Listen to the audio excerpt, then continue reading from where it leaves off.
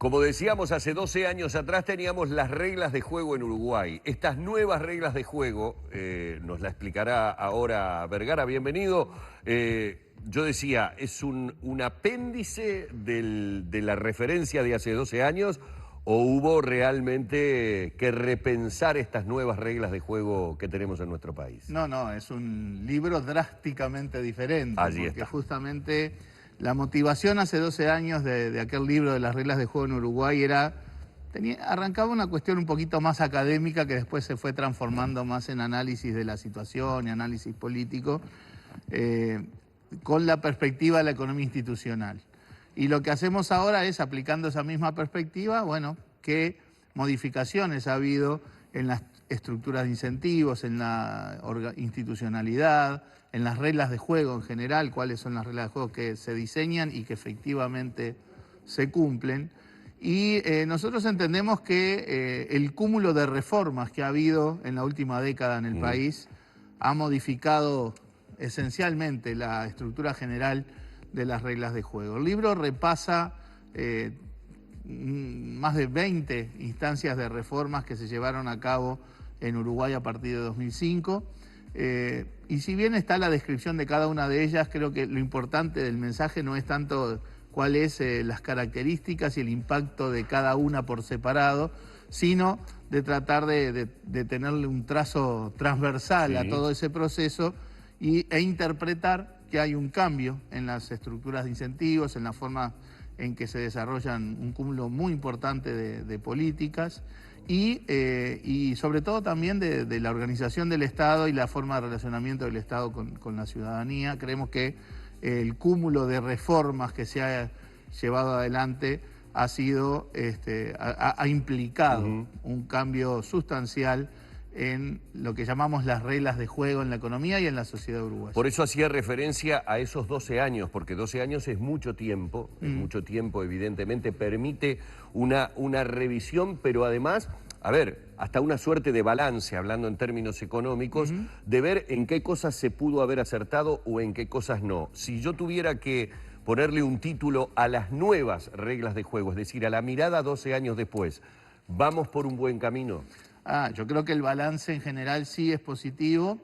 No procura ser un libro autocomplaciente en el sentido de que en el diagnóstico hay reformas que no han avanzado de acuerdo a lo esperado, hay reformas que ni siquiera se han planteado a pesar de haber sido de alguna manera anunciadas, o también hay cosas para corregir o avanzar en función de lo ya hecho, el hecho de haber hecho alguna reforma en alguna área que ahora implica un escalón nuevo y por lo tanto un desafío nuevo. O sea, yo creo que hay, como toda construcción humana de una sociedad democrática, cosas que se han hecho en general bien, hay cosas para corregir y nuevos desafíos, pero creo que el balance es altamente positivo.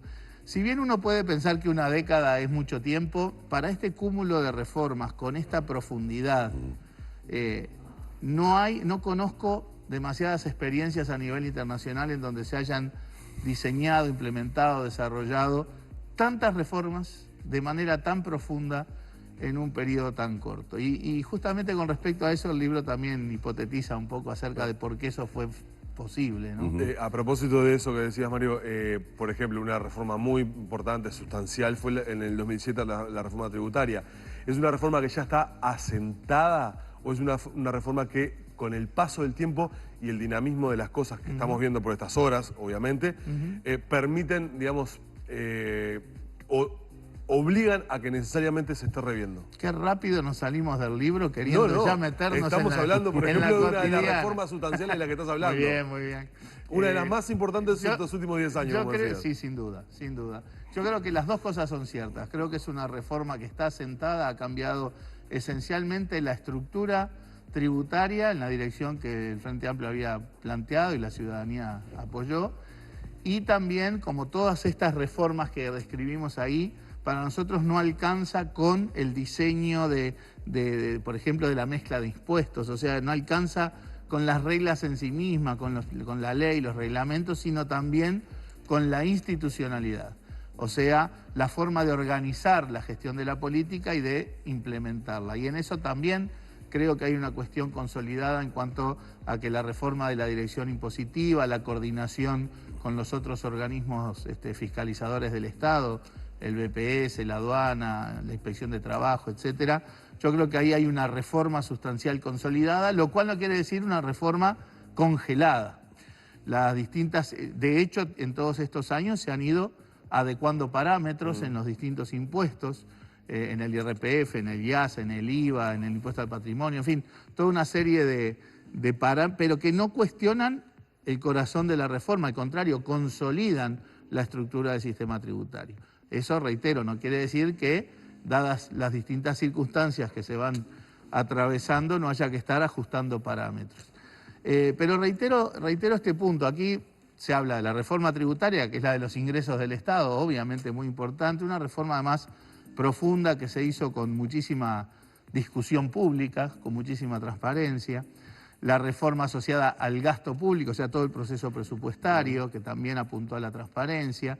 La reforma en la administración de la deuda, con objetivos explícitos que básicamente antes muchos no tenían. Todo lo que es las reformas que se dieron, las transformaciones en las áreas sociales. Hubo una reforma importante del sistema de salud, con la creación del Sistema Nacional Integrado de Salud, la reforma en las relaciones laborales, una larguísima enumeración de leyes que apuntó a una nueva constelación de relaciones entre empleadores, trabajadores y Estado, las reformas en el sector de la vivienda. Recordemos, teníamos un banco hipotecario quebrado, cerrado, no teníamos mayores reglas de actuación presupuestal en materia de vivienda. Hoy todo eso cambió drásticamente. Las políticas sociales de inclusión social, con la propia creación del Ministerio de Desarrollo Social. En fin, en el área social creo que es algunas reformas en la seguridad social, por ejemplo, luego de la reforma del 96 que apuntó al sistema general, quedaban pendientes algunas, lo que llamábamos cajas paraestatales, ¿verdad? Desde el 2005 se planteó la reforma de la caja bancaria, de la caja policial y de la caja militar. Ahí hay un ejemplo de algo que todavía está pendiente, sí, y que debemos, creo yo, que este gobierno tiene que atacar rápidamente, porque se reformó la caja bancaria, se reformó la caja policial y claramente está en el debe la reforma de la caja militar. Sobre todo porque hay una pérdida de dinero importante por ese lado. Y yo creo que el déficit de la caja militar hoy por hoy supera los 300 millones de dólares. No es que la reforma vaya a hacer de que inmediatamente ese agujero se resuelva, pero sí de manera gradual y en el horizonte sí tener una caja más sustentable.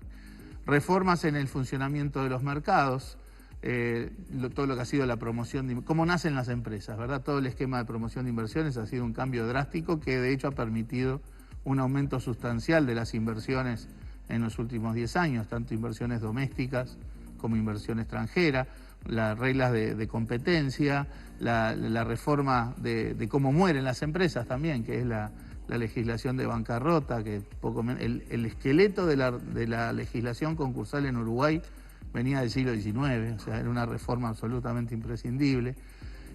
Reformas en el sistema financiero. El 2002, si tuvo un epicentro de esa catástrofe, fue el sistema financiero. Hoy tenemos un sistema financiero completamente diferente porque hubo reforma normativa, reforma regulatoria y reforma hasta en los aspectos culturales acerca de la necesidad del repago, así como aumentó la percepción de que hay que pagar impuestos y por qué, también porque hay que repagar las deudas bancarias o las deudas financieras, la reestructuración del ámbito regulatorio y de las conductas de los bancos, las conductas de la gente, de las empresas. O sea, el sistema financiero es un antes y un después, o sea, hay una reforma radical en todo ese funcionamiento y lo que antes era el epicentro de problemas, hoy es más bien fuente de tranquilidad. Y pese a eso, yo he escuchado declaraciones tuyas en varias oportunidades donde señalás que, por ejemplo, hablando del tema del lavado, por ejemplo, donde todavía sigue siendo vulnerable en algunos aspectos. Ninguna reforma es completa en el sentido de que los desafíos van cambiando, en esa materia con más razón, ¿verdad? O sea, la exigencia para la prevención del lavado de activos en el mundo está subiendo todos los días. Paradójicamente, la razón de fondo es que en las crisis internacional, Estados Unidos, Europa y Japón tuvieron que poner muchísimo dinero para el salvataje de sus sistemas financieros. y eso les aumentó la demanda por transparencia en los flujos financieros, porque a la larga esa plata la pagan los contribuyentes, como en cualquier parte del mundo, ¿no? Entonces hay como una mayor demanda de transparencia por parte de los organismos de los países desarrollados a través de organismos internacionales como la OCDE, y nosotros en nuestra vocación por insertarnos en el mundo con reputación, con credibilidad, en base a transparencia, tenemos sistemáticamente cosas que rediseñar y cambiar. Yo creo que se ha avanzado muchísimo. Las evaluaciones que hacen los organismos internacionales especializados en materia de lavado muestran que la evaluación de 2009 de Uruguay es infinitamente mejor que la que habíamos tenido en 2006 y en 2002. Hemos avanzado muchísimo en esa área, muchísimo. Estamos lejos de ser un paraíso fiscal y cosas por el estilo, pero reitero, las exigencias a nivel internacional se elevan todos los días y Uruguay tiene que estar siguiendo eso muy de cerca. Y a propósito, estamos en tema, ¿qué hacer con las offshore? Porque los Panama Papers han planteado un problema puntual, pero también un dilema de fondo, un dilema, no sé si ético llamarlo, pero digo... Sí, a ver, los Panama Papers arrastran información desde la década del 70, sí. O sea que a veces cuando se hace esto no es una fotografía, ¿no?, de lo que está sucediendo ahora, sino lo que ha pasado en los últimos 40 años.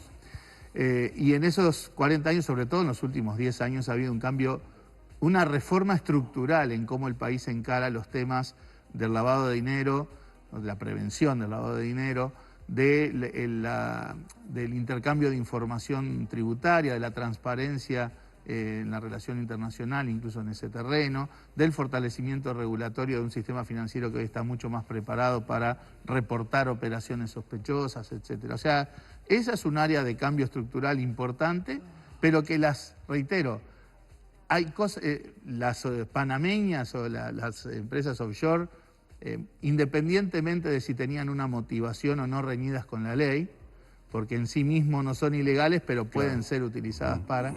Nosotros decimos, igual pertenecen al mundo de la opacidad, de que algo había que esconder.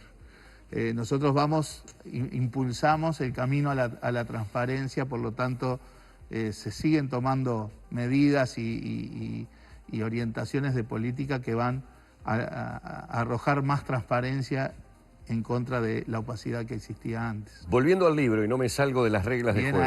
Bien ahí. Volviendo al libro. De las reglas de juego... Yo lo estaba llevando ya para un terreno... No, vea usted. Voy a hablar de las nuevas reglas de juego. Cuando uno habla de las reglas de juego y le dice al común denominador de la gente reglas de juego, es lo que normalmente un país presenta para las inversiones, es decir, tener definidas las reglas de juego, saber a qué atenerse. Cuando eso lo miramos hacia adentro, es decir, no hacia el inversor que viene, sino hacia adentro, hacia el ciudadano. También los ciudadanos queremos reglas de juego claras. Absolutamente. No atenta contra la claridad de una regla de juego que tengamos un impuesto como el IRPF que puede ser manipulado por el equipo económico. No, es decir, así. No termino de tener en mi casa la certeza de saber cuánto voy a cobrar porque las reglas de juego varían, porque como está dentro de las fluctuaciones que me permito realizar, claro, no es un nuevo impuesto, lo acaba de decir el presidente de la República, pero es aumentarlo. Bueno, a ver, varias aclaraciones con respecto a eso. Modificar parámetros dentro de cierta magnitud no implica un cambio de reglas. Cada medida que toma un gobierno no es un cambio de reglas. Las reglas de juego se han modificado sustancialmente en Uruguay para los inversores, pero sobre todo para los ciudadanos. Las relaciones de transparencia que tiene hoy el Estado con los ciudadanos creo que no tiene precedentes, y en buena medida el trabajo periodístico hoy tiene un montón de aspectos que esa transparencia le permite desarrollar como no pasaba hace 15 años. Pero reitero, modificar algunos parámetros, porque también se fue modificando las franjas, se fue aumentando el mínimo imponible, se fue aumentando la deducción por hijo, se fue aumentando, se pasó aquello del núcleo familiar que favoreció a mucha gente. O sea, en cada una de esas modificaciones uno no se plantea que hay un cambio en las reglas de juego, como creo entonces tampoco puede plantearse ahora. No es algo que modifique esencialmente el equipo económico, porque estas son leyes. Esto tiene que ir al Parlamento y eventualmente, con toda la transparencia del mundo, se discutirá lo que proponga el equipo económico, lo que proponga el Poder Ejecutivo, ¿verdad?, en la jornada de hoy, a nivel legislativo. O sea que tampoco es una cuestión que esté tan en la órbita estrictamente del Poder Ejecutivo. Pero reitero, estamos hablando también de modificaciones paramétricas, entre comillas, menores con respecto a lo que uno podría considerar una reforma sustancial. Esto no es una reforma tributaria. La reforma tributaria es la que hicimos en 2007.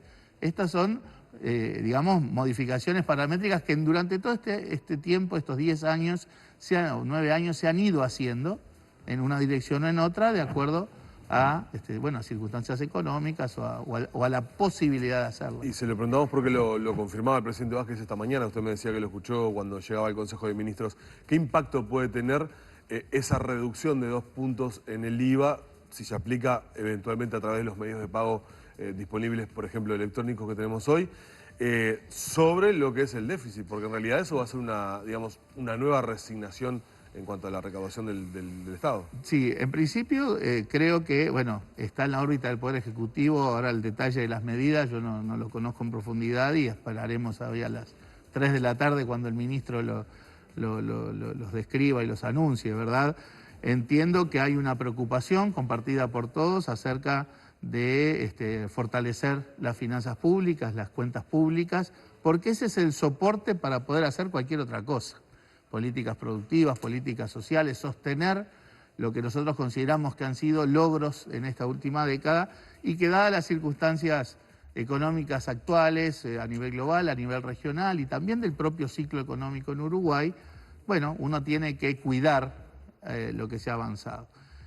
Todos coincidimos, gobierno, oposición, analistas privados, que la consolidación fiscal, el cuidar el aspecto de las cuentas públicas es uno de los ejes para sostener lo logrado, y entiendo que la adecuación en el terreno tributario y en el terreno del gasto que seguramente el Poder Ejecutivo va a plantear hoy va en esa dirección, la de la consolidación de las finanzas públicas como eje, como soporte de consolidación de los logros económicos, productivos, sociales que hemos tenido.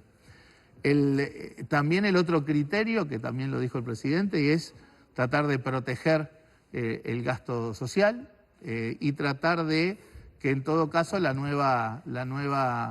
digamos, las medidas que se tomen en este terreno, que son moderadas, decía él, yo creo que son así como marginales, en el sentido de que no es una reforma tributaria, sino un cambio marginal de parámetros, recaiga esencialmente sobre aquellos sectores que están en condiciones de absorber, la verdad. Las cifras que manejaba el presidente son descripción o sea, no es una promesa, es una realidad, es descripción de las características de la estructura del IRPF actual. El 80% del IRPF lo paga el decil más alto, o sea, el 10% de las familias que tienen mayores ingresos. El 30% del IRPF lo paga el 1% de las familias de mayores ingresos. O sea, básicamente es un impuesto que recae sobre los sectores con mayores ingresos de la población. 2/3 partes prácticamente de la población no pagan IRPF, ¿sí? O sea, más del 60% no paga nada y hay un tramo que lo que paga es muy poco. O sea, es claramente un impuesto que está concentrado en el 20-25% de las familias con mayores ingresos. Y creo que un poco el planteamiento es mantener esa lógica, esa filosofía, decía el presidente, de que aportemos los que estamos en mejores condiciones de hacerlo.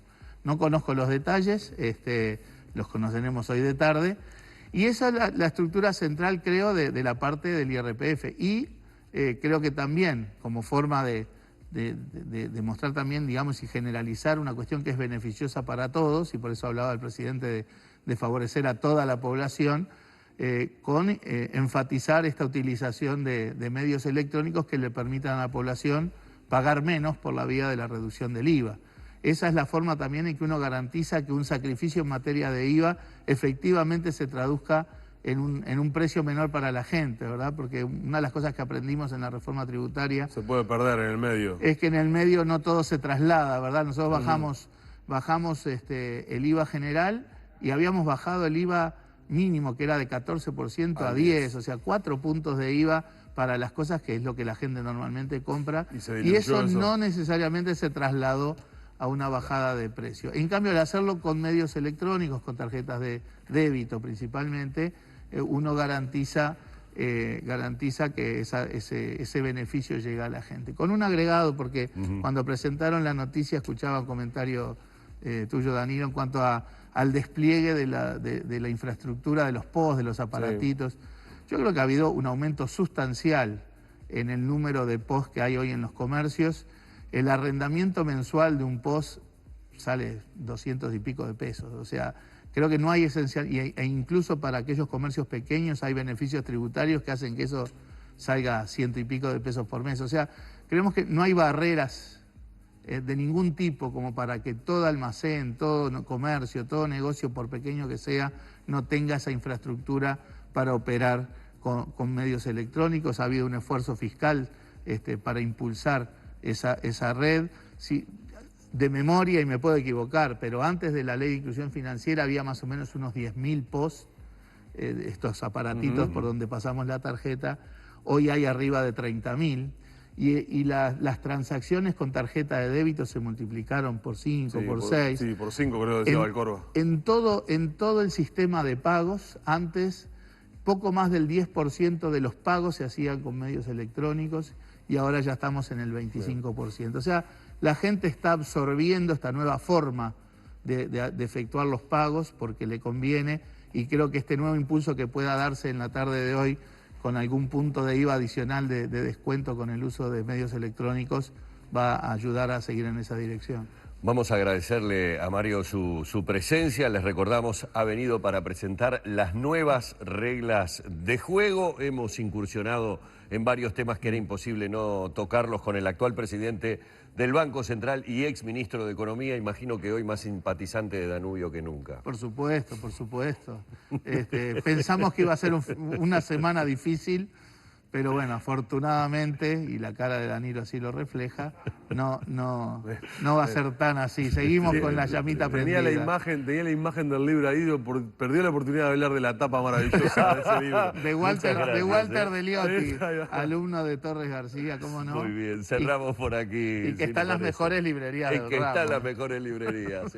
Hacemos el cierre entonces de esta charla que hemos mantenido con el economista Mario Vergara.